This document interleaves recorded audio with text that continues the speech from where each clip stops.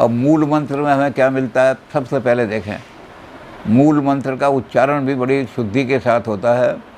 जब मूल मंत्र का पाठ करते हैं लोग तो सारे दक्ष में बैठ करके, यानी बिल्कुल सीधे बैठ करके, और सर पर वस्त्र धारण करके, नंगे सर में इसका पाठ नहीं करते मूल मंत्र का, तो सर पर वो कोई वस्त्र धारण कर लेते हैं। तो 1 मिनट के लिए हम भी कोई वस्त्र धारण कर रहे हैं, क्योंकि मूल मंत्र का पाठ बिना वस्त्र धारण किए नहीं करना चाहिए। ये मूल मंत्र का अपमान है। तो हम जब मूल मंत्र का पाठ करते हैं तो पहला है एक ओंकार सतनाम कर्ता पुरुष निर्भय निर्वैर अकाल मूर्ति आयोनि सेभम गुरु प्रसाद। सतनाम श्री वाहे गुरु। अब इसमें एक एक शब्द को हम देखते जाते हैं, क्योंकि हम विस्तार से बात नहीं कर रहे हैं, हम संक्षिप्त में बात कर रहे हैं। अगर विस्तार से बात करें तो हमें बहुत देर टाइम लग जाएगा। तो पहला ही शब्द है इसमें एक ओंकार। ये एक शब्द जो है पहला जो है, इसमें कई जगह ग्रंथ साहब में एक ओंकार को इकंकार भी कहा है, क्योंकि उच्चारण के लिहाज से वो बदल जाता है, लेकिन इकंकार और एक ओंकार एक ही चीज़ है। तो पहली चीज़ इसमें लगती है कि एक का शब्द जो है वो बहुत महत्वपूर्ण है। गुरु नानक देव जी ये मानते हैं कि जो जगत का कर्ता है, जगत का स्वामी है, जिसको कोई भगवान कहता है, कोई अल्लाह कहता है, कोई गॉड कहता है, वो एक ही है। बहुत सारे लोग कहते हैं कि गुरु ग्रंथ साहब में ये चीज़ जो है मुसलमानों से आई, क्योंकि उन्होंने मुसलमानों का बड़ा प्रभाव था और मुसलमान कहते थे कि अल्लाह जो है अकेला है, एक है, वहदहु ला शरीक है वो, यानी वो अपनी शक्ति को किसी के साथ बांटता नहीं, इसलिए कोई देवी देवता नहीं है जो देवी देवता हों। वो सुप्रीम है सबसे, और वो एक है अकेला। लेकिन दूसरे लोग ये कहते हैं कि नहीं, ये मुसलमानों से नहीं ली बाणी, ये उन्होंने वेद से ली है। वेद में लिखा है एक को ब्रह्म द्वितीयो नास्ति, ब्रह्म एक ही है, दूसरा हो ही नहीं सकता। तो इस एक शब्द की व्याख्या बहुत,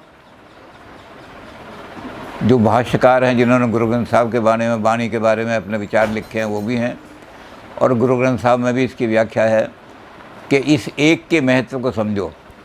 जब एक के महत्व को समझ लोगे तो दूसरे जो हैं, अब जैसे पुराणों में ब्रह्मा विष्णु महेश 3 माने गए कि ये आदि देव हैं, और शंकराचार्य ने भी कहा कि जो माया के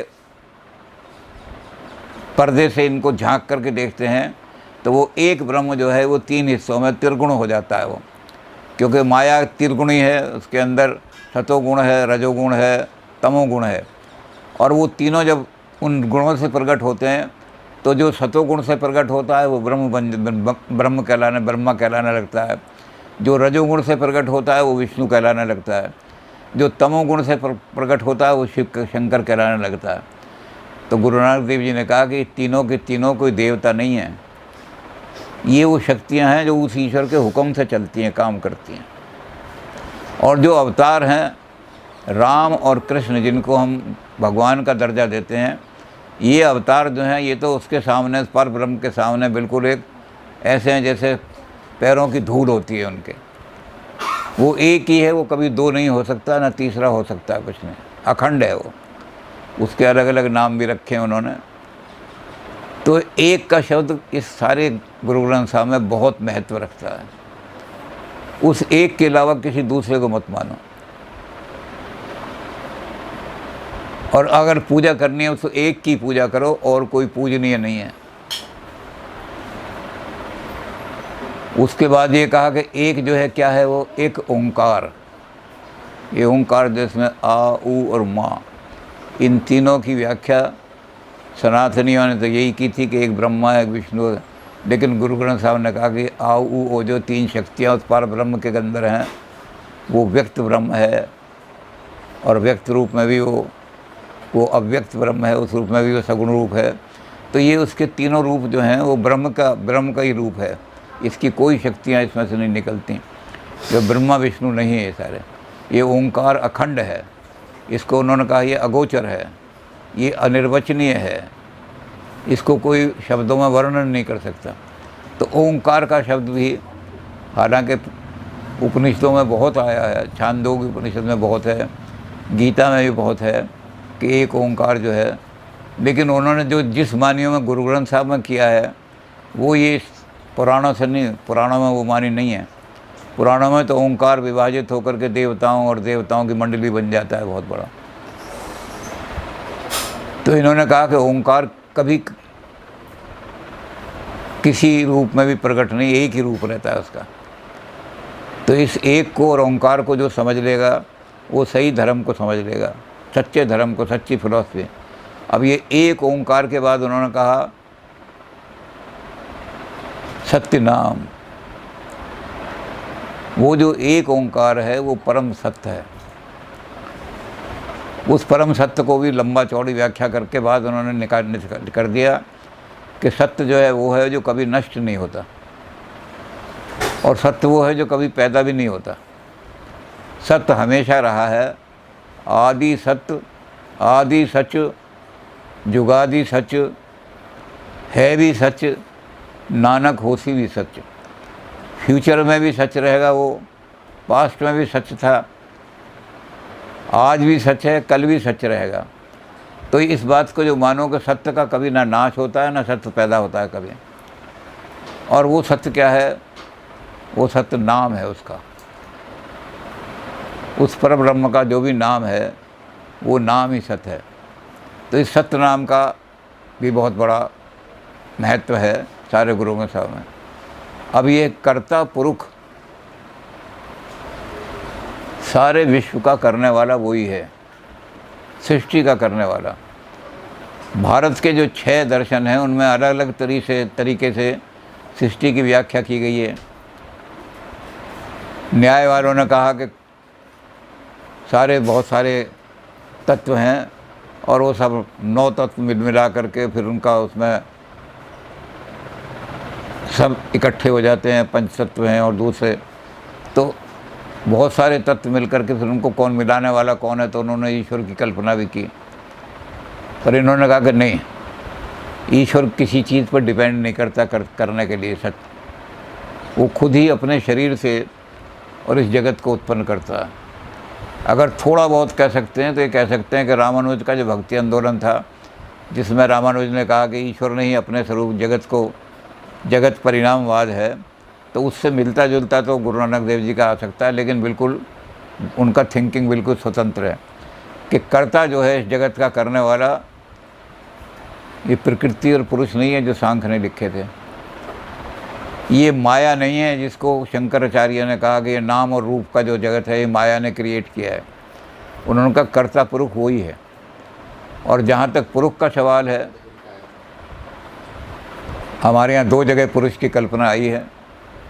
एक तो सांख्य में आई है पुरुष की कल्पना, वहाँ पुरुष बहुत अनेक पुरुष हैं और वो प्रकृति का भेदन करके सृष्टि पैदा करते हैं। और एक वेद में आया, ऋग्वेद में पर पुरुष सूक्त में, तो 2 जगह पुरुष की कल्पना आई है। गुरु नानक देव जी ने पहली कल्पना सांख्य वाली को तो बिल्कुल निराकरण कर दिया। उन्होंने कहा कि पुरुष अनेक नहीं हो सकते, कर्ता पुरुष एक ही है। जो सांख्य ने अनेक पुरुष माने, ये सांख्य का भूल है, तर्क का उन्होंने इसमें अभाव किया है, तर्क भूल किए। तो पुरुष अनेक नहीं हो सकते, कर्ता पुरुष एक ही है। और उनका ऋग्वेद वाले पुरुष को भी अगर माने तो ऋग्वेद वाले पुरुष को हम मान तो सकते हैं कि पुरुष एक ही है वो, लेकिन वो पुरुष क्या है, उसका शरीर है, उसके शरीर से ब्राह्मण से मुखम, हम उसको जो हमारा है उसको निरंजन मानते हैं। उसको कोई किसी ने देखा नहीं है कि उसका शरीर है, वो शरीर धारण करता ही नहीं। और संसार को अपने वो निमित्त कारण भी है, इस जगत का उपादान कारण भी है, समवयी कारण भी है, असमवयी कारण भी है। 4 चीज़ें हम मानते हैं कि जैसे उपादान कारण है, जिस चीज़ से जगत बना है वो उपादान। मिट्टी से घड़ा बना है तो मिट्टी घड़े का उपादान कारण है। अब घड़ा, मिट्टी जो है घड़ा नहीं बना सकती, रखी हुई है, तो उसको चाक पर रख कर के चलाने वाला जो कुम्हार है वो निमित्त कारण है, एफिशिएंट कॉज। उसके बाद समवायी कारण देखते हैं। अब उस जब घड़े को बनाने लगते हैं तो उसमें चाक जो है जिस पर घड़ा चलता है और डंडा जिससे वो चल रहा है, वो घड़े के अंदर प्रविष्ट नहीं हुए हैं। किसान के जो बनाने वाला है एफिशिएंट कारण, उसकी तो शक्ति लगी है उसमें, लेकिन ये डंडा और चाक उसमें नहीं लगे, लेकिन इनके बिना घड़ा बन नहीं सकता। तो इनको कहेंगे ये सहायक कारण हैं। इनको समवायी कह दिया, समवायी कह दिया। तो गुरु नानक देव जी ने चारों कारण हटा खटा। उन्होंने कहा चार कारण नहीं है, कारण है। कर्ता पुरुष जो है उसने सारे वही उपादान कारण है, वही निमित्त कारण है, वही सहायक कारण है। और इस तरह से उन्होंने वो इस एकत्व को बार बार उन्होंने उसकी पुष्टि की। ये कर्ता पुरुष कैसा है? ये निर्भय है, ये क्योंकि परम शक्तिमान है और सारे विश्व के अंदर व्याप्त है, इसलिए कोई ऐसी शक्ति विश्व के अंदर दूसरी नहीं है जो इसको डरा सके। और जो इसको मानने वाले हैं वो भी ये कहते हैं, ना भय काहू को देत, ना भय मानत आन। ना तो हम किसी को डराते हैं और ना हम किसी का भय मानते हैं, क्योंकि ये हमें गुण कहाँ से मिला है? ये उस परम कर्ता पुरुष से मिला है। इसी तरह से निर्वैर। अब वैर तो जब होता है जब द्वैत हो, दो होंगे तो उनमें वैर होगा। जब है ही नहीं दो, एक ही है, तो किससे वैर होगा? तो वो जो है निर्वैर है। अब उस निर्वैर को इन्होंने आगे किया, वो अकाल मूर्त ही है। अकाल का मतलब काल की कोई भी शब्दावली उस पर लागू नहीं होती। ईश्वर कहाँ से आया, ईश्वर कब पैदा हुआ, ईश्वर ने कब दुनिया क्रिएट की, ये टाइम सूचक शब्द जो हैं ये ईश्वर पर लागू नहीं होते। अकाल पर कोई शब्द लागू नहीं होता। अकाल तो अनादि है, अनंत है, हमेशा रहने वाला है और अपरिवर्तित है सारा का। उसमें कोई परिवर्तन नहीं होता। जैसा जब से पता नहीं कब से वो सृष्टि के बनने से पहले भी, क्योंकि सृष्टि का उत्पादन करने वाला तो वही है। प्रकृति से सांख्य ने जगत की उत्पत्ति मानी, लेकिन प्रकृति भी उसी से पैदा हुई है। तो इसलिए वो जो है वो तो कोई भी ऐसी शब्दावली जो काल सूचक हो वो परब्रह्म पर लागू नहीं की जा सकती, परम सत्य पर लागू नहीं। तो अकाल मूर्त है। फिर क्या है? अयोनि। वो किसी योनि में नहीं आता, किसी के गर्भ में नहीं आता। उसका बाप भी कोई नहीं है, उसकी माँ भी कोई नहीं है। वो कभी किसी के गर्भ में नहीं आया, क्योंकि वो पैदा ही नहीं होता। जब किसी ने पैदा किया हो उसको तब तो पता लगे कि किसी योनि में आया। जब वो पैदा नहीं हुआ तो उसका न बाप है न माँ है, तो कभी किसी योनि में अवतारवाद का खंडन किया उन्होंने। ईश्वर किसी योनि में नहीं आता, किसी के गर्भ में नहीं आ सकता ईश्वर। वो परम चेतन है, वो किसी के गर्भ में नहीं आता। तो अयोनि है वो, कभी भी किसी की योनि में आया नहीं, ना आएगा कभी किसी की योनि में। अब जो अयोनि है वो कैसा होगा? सैभम, यानी अपने आप स्वयंभू। स्वयंभू है। अब कोई प्रश्न करे कि बताओ जी, मैटर को तो ईश्वर ने क्रिएट किया, ईश्वर को किसने क्रिएट किया? तो कहते हैं ईश्वर फर्स्ट कॉज है। फर्स्ट कॉज को किसी ने क्रिएट नहीं किया। अगर फर्स्ट कॉज को हम मान लें कि इसको भी किसी ने क्रिएट किया तो अनावस्था दोष, फिर उसको किसने क्रिएट किया, फिर उसको किसने किया? तो जो जिसका कोई आरंभ ही नहीं है, ये कहाँ से शुरू हुआ कहाँ से नहीं हुआ, तो हम ये कहेंगे कि वो तो स्वयंभू है, अपने आप ही हो गया है और अपने आप ही व्याप्त है सारे के सारे अंदर।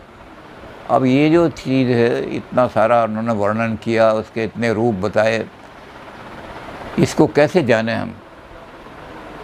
या तो ये कि हमने किताब में पढ़ लिया और किताब में पढ़ के इसका उच्चारण कर दिया, मूल मंत्र पढ़ते रहे, लेकिन जाना नहीं उसको कुछ भी। इसको जानने के लिए हर एक आदमी क्षमता नहीं रखता, हर एक आदमी में इसको जानने की क्षमता नहीं है। अगर सतगुरु मिल जाए तो सतगुरु के प्रसाद रूप में, ये गुरु परंपरा और शिष्य परंपरा के चलाने वाले भी गुरु नानक देव जी और 5वें गुरु जिन्होंने मूल मंत्र गुरु उसमें रख दिया पहली बार ही।